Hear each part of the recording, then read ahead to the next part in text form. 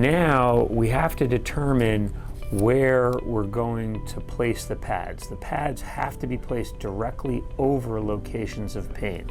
So for knee pain, one of the typical types of pain conditions is osteoarthritis of the knee, and usually a patient has general pain throughout their knee.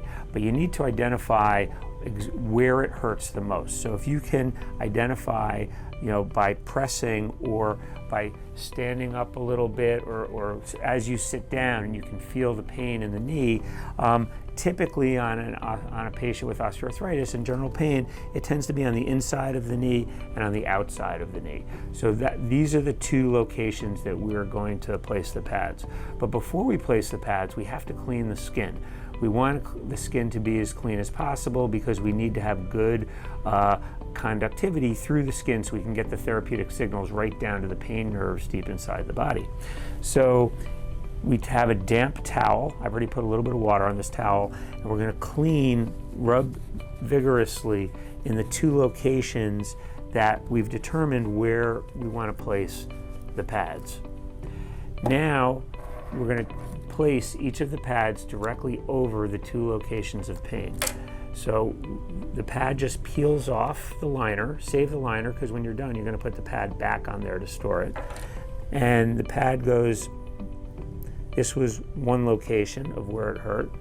And the second location, for this particular example, was here. And that's where you're going to place the pads. For example, if you had chronic osteoarthritis of the knee.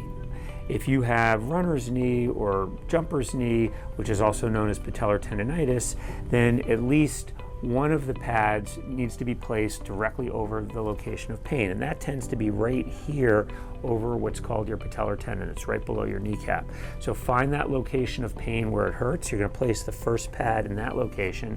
Now for runner's knee or jumper knee, if there's no other location of pain that hurts, then we want to place this on the outside of the knee, kind of in the bony area here.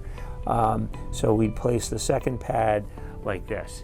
1 inch is the minimum spacing between the pads. The edges of the pads can never touch because you'll get a short circuit. So 1 inch is the minimum spacing.